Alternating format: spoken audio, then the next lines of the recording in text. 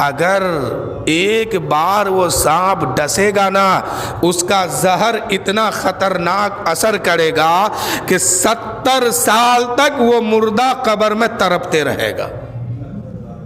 ایک برنی جانتے ہیں، ارے مدھو مکھی جانتے ہیں نا، اگر آپ کو 2-4 کو کاٹ لے تو آپ دن بھر چین سے رہ سکتے ہیں، کھانا موجود ہے، بسترا موجود ہے، پنکھا چل رہا ہے، عیش و آرام کی زندگی ہے، صرف چھوٹی سی ایک مدھو مکھی آپ کو کاٹی ہے تو آپ دن بھر تڑپ رہے ہیں، جبکہ اس کا زہر شام ہوتے ہوتے ختم ہونے والا ہے، تو آپ کے اندر اتنی تڑپ اور جلن ہوتی ہے۔ لیکن میرے دوستو وہ سانپ ایک بار ڈسے گا نا تو 70 سال تک اس کا زہر اس کے جسم میں گھومتا رہے گا، تڑپتا رہے گا، چلاتا رہے گا۔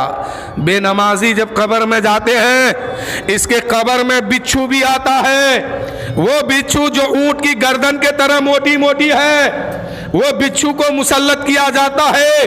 روایت میں بات آئی ہے کہ پہلا ڈنک جو وہ بچھو مارتا ہے یا تو اس کے ہونٹ میں مارتا ہے یا اس کے ناک میں مارتا ہے۔ یہ بے نمازیوں کا سزا قبر میں ہے۔ پھر اس کی قبر کے اندر آگ جلائی جاتی ہے۔ آپ ذرا سوچئے کہ جس بیوی سے، جس بیٹی سے، جس ماں سے، جس بہن سے، جس بیٹے سے، جس باپ سے اتنی محبت آپ نے کیا ہے دنیا میں، آپ کی محبت وہاں کام نہیں آ رہی ہے۔ کاش اگر دنیا میں رہ کر کے اس پر سختی کے ساتھ کہتے کہ تمہیں میرے گھر میں رہنا ہے تو ہر حال میں نماز پڑھنا ہوگا، نماز کے ساتھ اپنی زندگی گزارنی ہوگی، تو میرے دوستو اگر وہ نماز دنیا میں رہ کر کے پڑھ لیتا تو قبر کی مصیبت سے وہ نجات پا جاتا۔ لیکن اب بے نمازی ہو کے گیا ہے، قبر میں آگ جلائی جائے گی۔ روایت میں بات ہے کہ جہنم کی آگ اس کے قبر میں دہکائی یعنی جلائی جائے گی۔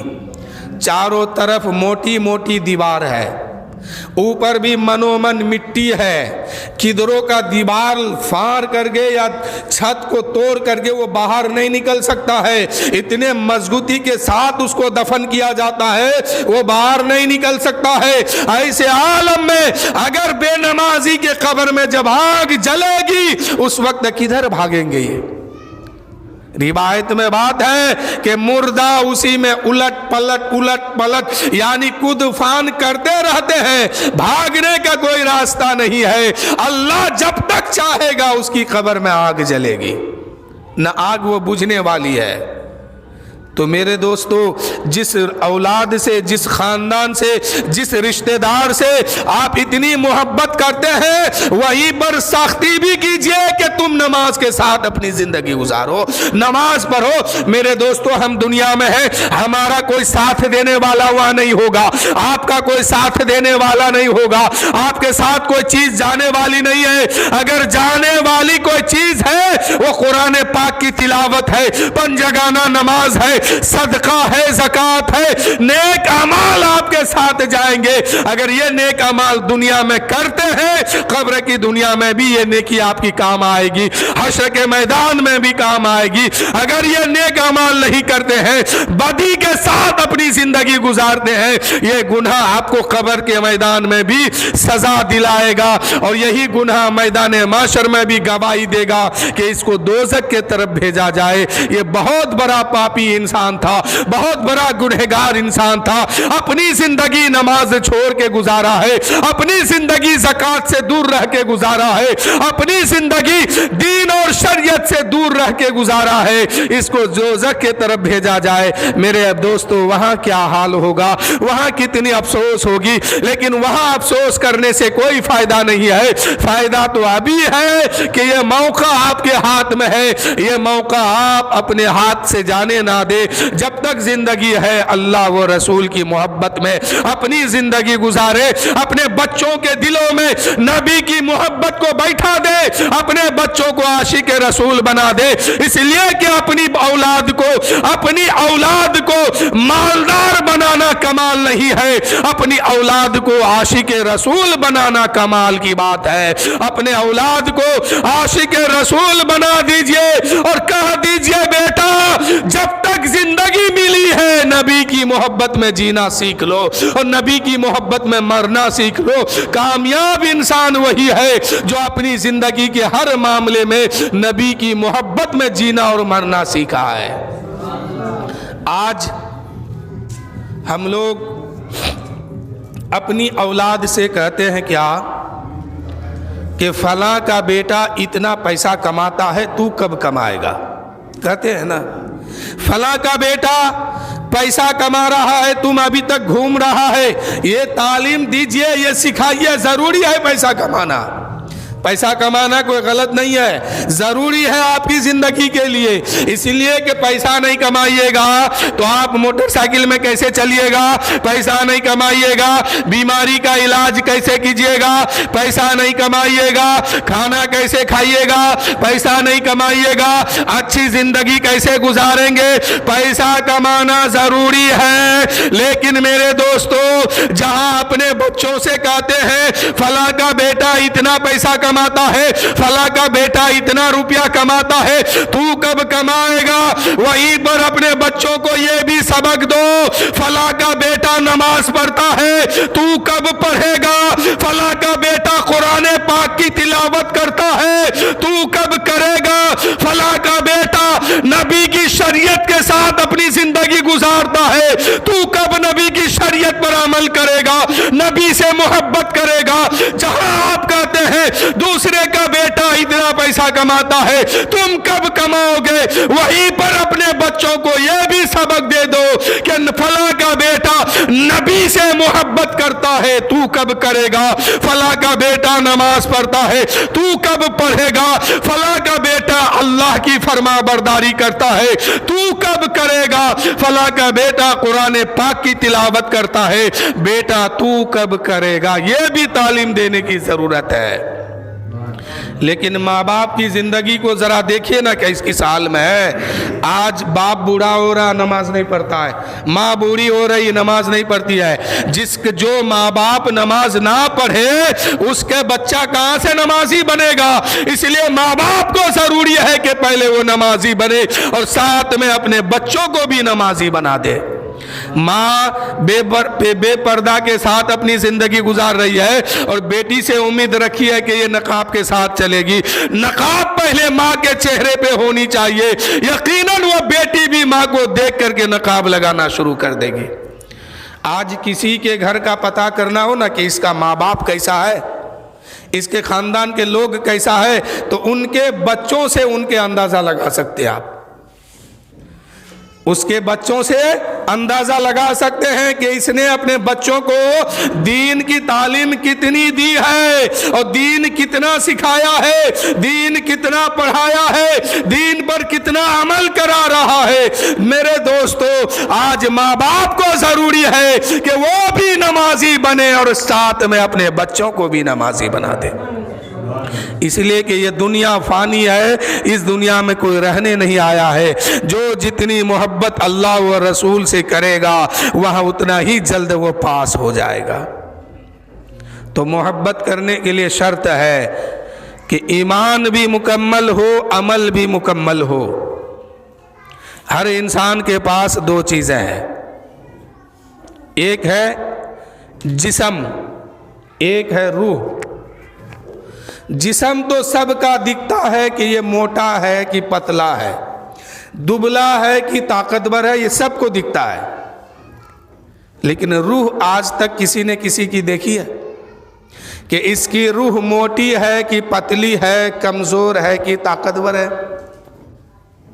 इंसान दिखाई देता है कि ये गोरा है कि काला है, रूह दिखाई नहीं देती है कि ये मोटी है कि ताजी है, काली है कि गोरी है, नहीं दिखाई देती है। लेकिन जो चीज दिखता नहीं है वही हकीकत है। जिस्म दिखता है लेकिन ये जिस्म कुछ भी नहीं है।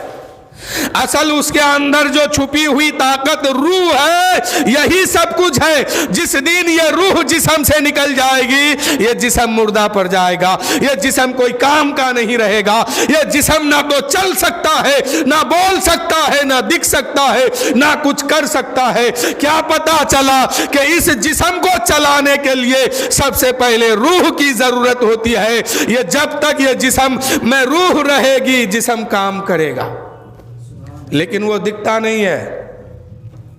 आपको आज तक किसी की रूह नहीं दिखी होगी, मैं भी नहीं देखा हूं कि आपकी रूह कितनी मोटी है, लेकिन आपके जिस्म को मैं जरूर देखता हूं कि आप कितने गोरे हैं, कितने खूबसूरत हैं, कितने ताकतवर हैं, कितने कमजोर हैं, सब दिखाई देता है। लेकिन आपके अंदर जो रूह छुपी है वो दिखाई नहीं देता है। लेकिन वही हकीकत है, वो अगर निकल गए तो आपको जनाजे पे लेटाने के लिए हम तैयार हैं। वो अगर निकल जाए तो आपको गुस्ल दिलाने के लिए तैयार है, जनाजा की नमाज पढ़ाने के लिए तैयार है, मिट्टी में दफन करने के लिए भी तैयार है। लेकिन जब तक वो मौजूद है, जब तक वो मौजूद है, कोई आपको जनाजे पे लेटा नहीं सकता है, कितनो बड़ी ताकतवर हो। कोई आपको कांधा नहीं देगा, कोई आपको दफन करने नहीं जाएगा। क्या पता चला? इस जिस्म की हकीकत जो है वो रूह है। ऐसे ही ईमान है और अमल है। अमल आप करते हैं, हम करते हैं, सबको दिखता है कि ये जोहर में नमाज पढ़ने आया, अभी सुन्नत पढ़ रहा है, अभी फर्ज पढ़ रहा है, अभी नफल पढ़ रहा है, अभी रुकू में है, अभी सजदा में है, अभी अतैयात में है, अभी सलाम में है, अभी नबी पर दुरूद व सलाम भेज रहा है, अभी कुरान पाक की तिलावत कर रहा है, फला काम कर रहा है, फला अपनी जिंदगी इस तरह इस अंदाज में गुजार रहा है। ये सबको दिखता है, लेकिन उसके अंदर ईमान कितना है ये किसी को नहीं दिखता है। और ईमान ही सब कुछ है। इस नमाज को अगर कबूल कराना है, ईमान शर्त है। इस रोजे को कबूल कराना है, ईमान शर्त है। इस इबादत को अल्लाह की बारगाह में कबूल कराना है, ईमान शर्त है। कुरान पाक की तिलावत को ईमान कुरान पाक की तिलावत को अगर अल्लाह की बारगाह में कबूलियत का दर्जा देना है, ईमान शर्त है। क्या पता चला? नमाज से पहले ईमान है, रोजे से पहले ईमान है, कुरान पाक की तिलावत से पहले ईमान है, हर नेकी से पहले ईमान शर्त है। और ईमान दिखता नहीं है, वो बंदा जानता है या उसका खुदा जानता है कि इसके पास ईमान कितना है। खुदा जानता है और बंदा जानता है। इसलिए मेरे दोस्तों, जो चीज दिखता नहीं है वही हकीकत है। अमल दिखता है लेकिन यह हकीकत नहीं है। ईमान नहीं दिखता है, यही हकीकत है। ईमान अगर सलामत है, नमाज भी काबिल कबूल है। ईमान सलामत है, रोजा भी काबिल कबूल है। आपकी हर इबादत अल्लाह की बारगाह में काबिल कबूल है। क्या पता चला? नमाज पढ़ने से पहले अल्लाह व रसूल पर ईमान लाना जरूरी है, जन्नत व दोज़ख पर ईमान लाना जरूरी है, कब्र के सवाल पर ईमान लाना जरूरी है। यानी नबी ने जो फरमा दिया उस पर अमल करने से पहले नबी पर ईमान लाना जरूरी है कि यह आखिरी नबी है, अल्लाह का हबीब है, अल्लाह का महबूब है, शाफ़े महशर है। कल शफात का, कल मैदान महशर में हमारी शफात यही रसूल करने वाले हैं। क्या पता चला? अल्लाह है, रसूल है, कब्र के सवाल है, जन्नत भी है, दोज़ख भी है, हमें दोबारा जिंदा भी किया जाएगा, फिर कभी मौत भी नहीं आएगी। मैदान महशर में हमें पुल से रात से चलाया जाएगा। मीज़ान अमल पर मीज़ान अमल पर तराजू के पल्ले पे हमारा अमल तौला जाएगा। यानी दीन में जितनी बातें फर्ज है उनको मानने के बाद कोई ईमान वाला होता है, फिर जब नमाज पढ़ता है तो अल्लाह ताला उसकी इबादत को कबूल फरमाता है। नमाज फर्ज होती है आकिलो बालिग होने के बाद।